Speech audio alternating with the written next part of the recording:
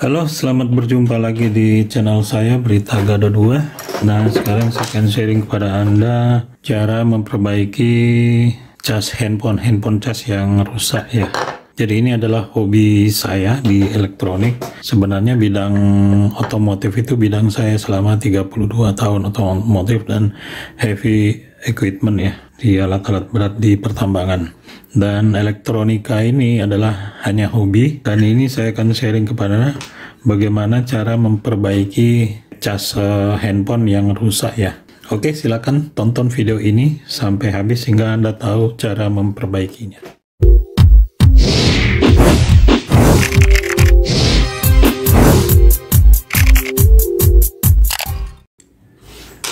Di sini ada cas handphone ya, ini Samsung yang sudah saya buka ya.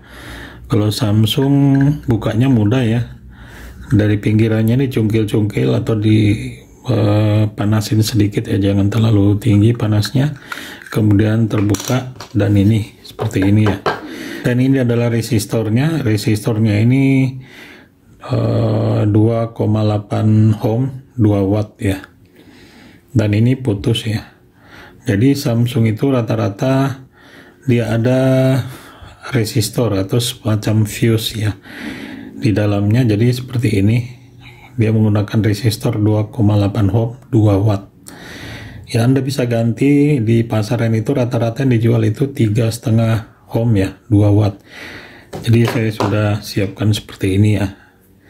Ini 3 ohm ya, 3 ohm 2 watt. Sebenarnya mudah ya cara memperbaiki untuk cas handphone, apalagi kalau Anda hobi di bidang elektronik, itu sangat mudah. Pertama, alat yang harus disiapkan untuk toolsnya adalah multi tester yang analog ya. Saya juga punya yang digital ya, tapi untuk troubleshooting itu lebih enak penggunaannya menggunakan analog ya. Cara untuk mengukurnya mudah ya. Pertama, kalau dia korslet, Anda kan nggak tahu kalau dia barangnya korslet atau enggak. Paling utama adalah Anda harus punya tool namanya MBR ya. Tool MBR yang sudah saya buat itu dia bertenagakan baterai ya. Hanya menggunakan baterai laptop 4 buah ya, dan bisa dicas dan bisa juga sebagai power bank seperti ini. Nah ini ya, jadi ini tenaga baterai. Mungkin Anda bisa lihat videonya di channel saya bagaimana cara membuatnya. Jadi ini bisa sebagai modul untuk cas handphone ya. Kemudian baterainya bisa dicas, kemudian kita bisa nembak pakai ini MBR ini,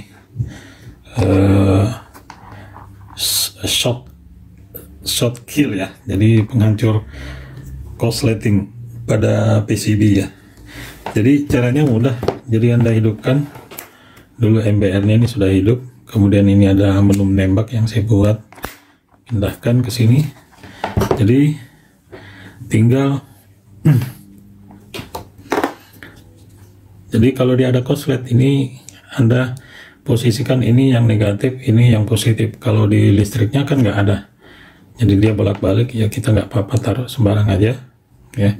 Ini kan pastikan ini yang ke arah listriknya. Kemudian diginiin ya, diginiin. Kalau di voltasenya dia nggak turun, berarti nggak ada short atau nggak ada keluar asap. Di sini nggak ada short, berarti aman ya. Tinggal kalau dia ada short itu dia langsung kebakar ya. Sama dengan ini punya Asus, ini nggak ada short. Ini saya coba kita coba lihat, ini adalah untuk listrik ya. Kita tinggal taruh di sini ya, ini untuk listriknya. Kemudian ini juga untuk listriknya, kita giniin ya. Dia nggak berasap, dia ini tidak turun ya, voltasenya nggak turun. Dan ini ampernya saya nggak berikan ampere. Kenapa? Karena display yang dijual di pasaran itu 10 ampere, sedangkan yang saya buat ini bisa mencapai rata-rata 15 ampere ya, tergantung jumlah baterai. Oke, seperti itu. Kemudian cara lainnya, Anda bisa ngecek dengan multitester analog seperti ini. Ya, posisikan di kali 1 ya. Kemudian yang positif ini kebetulan, yang negatifnya masih kabel merah ya. Ini harusnya hitam ya. Jadi yang posisi positifnya ini ya, Anda tempatkan di negatifnya. Jadi contohnya seperti ini ya. Oh, inilah ya. Anda tempatkan di posisi negatifnya. Jadi kutub positif yang di multitester analog itu Anda tempatkan di negatif ya. Jadi Anda harus tahu yang negatif yang mana. Paling mudah Anda melihat daripada kapasitornya ya, elko-nya ya. Elko-nya negatif yang ini ya, tinggal Anda tempelkan di negatifnya. Oke, jadi tinggal menempelkan di jalur negatifnya. Jadi ini adalah arus tegangan ini. Ini adalah arus tegangan tinggi ya, sampai sini. Nah, yang ini tegangan rendah yang dikeluarkan, yang 5 volt ya. Jadi ini makanya ada batasannya ini. Jadi ini dia 5 volt, sedangkan yang arus tingginya di sini. Nah, ini kita lihat yang negatif di sini. Kita tinggal tempelkan negatif. Ya, jadi probe yang positif ke negatif, kemudian probe yang negatifnya seperti ini yang probe negatifnya. Anda tinggal cari yang paling sering rusak itu adalah kapasitor. Nah, seperti ini, dia di satu sisi harus ada ya, ini ini ya. Nah, ini ada, ini enggak ada. Jadi seperti itu. Cari lagi kapasitornya. Nah, ini elko ya. Ini ada, ini enggak ada. Dia modelnya seperti itu. Ya. Nah, ini enggak ada, ini kita harus curigai. Ini ada, ini enggak ada, ini enggak ada ya. Ini harus kita curigai. Dan ini adalah elko atau spool ini. Oh, ini bukan elko ya. Oke, jadi seperti itu ya. Jadi jadi satunya ada, satunya nggak ada. Dia modelnya seperti itu. Kita cek yang, nah ini jalur yang kedua ya. Nah, jalur kedua kita coba cari lagi yang negatifnya mana. Katakanlah ini negatifnya ya. Ini pengecekan di PCB-nya ya. Memang agak susah kalau pengecekan di PCB-nya, dan nggak mungkin juga kalau kita harus bongkar satu-satu baru kita cek.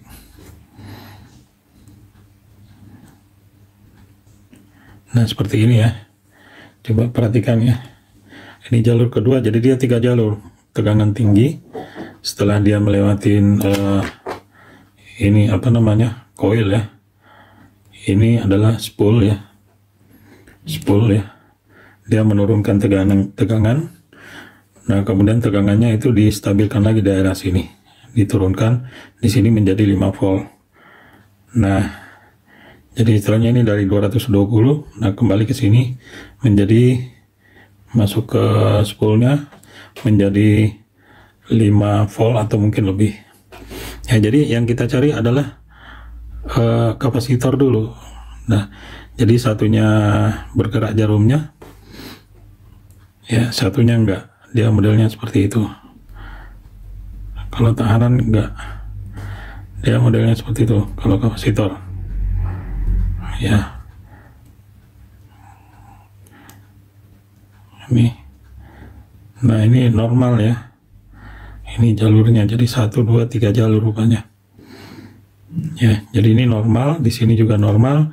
Sekarang kita coba cek lagi jalur yang outputnya ya. Nah, kita lihat ini ada ada elko ya, ini negatifnya. Nah ini negatifnya kita taruh di positif probe ya, kita taruh seperti ini. Kita coba ukur, kita cari yang kapasitor. Nah ini normal nih, berarti nggak ada yang putus ya. Nah, ini normal, nggak ada putus di sini ya. Kalau dia melewatin resistor ya kan, seperti ini, dia melewatin resistor terus kapasitor, ya kita ukur kapasitornya. Artinya resistornya nggak putus karena dia bisa nyampe ke kapasitor. Jadi seperti itu ya. Jadi ini normal ya. Yang kemarin itu nggak normal, yang ini putus ya. Kita coba ukur ini tahanan. Kita coba kalibrasi dulu yang 1 ohm ya, 1 kali ya. Jadi ini udah 2 kali saya ganti nih karena korslet ya, korslet karena kabelnya menyentuh. Nah ini sama sekali tidak ada nilai, ini sama sekali, artinya putus. Kita bandingkan dengan yang baru ya, ini yang baru. Nah ini ya, yang baru ada pembacaannya ya, kelihatan nggak ya? Nah ini yang baru ada pembacaannya ya.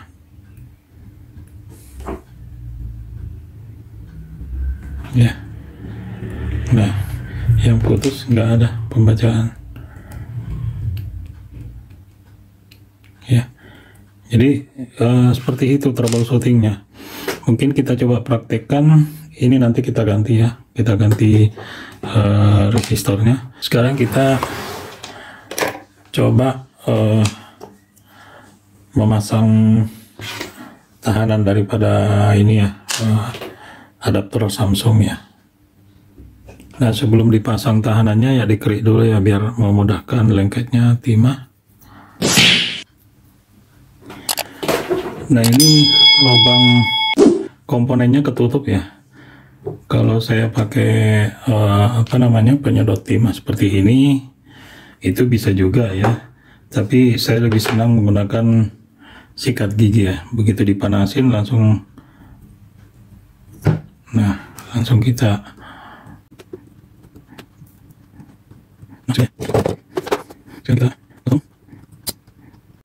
saya biasa gunakan potong kuku seperti ini ya. Jadi ini sudah ya, sudah kita perbaiki. Kita coba apa berfungsi atau gagal. Jadi posisinya begini ya, jangan sampai kebalik atau salah.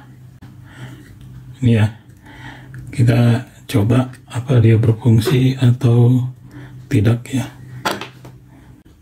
karena masalah ya. Sekarang kita coba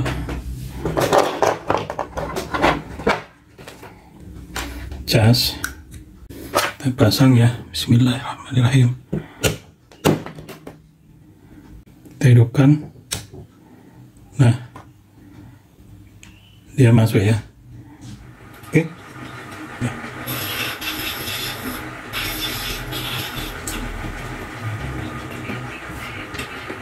Oke, sekian dari saya. Kalau Anda suka silahkan like, komen, dan subscribe. Dan terima kasih.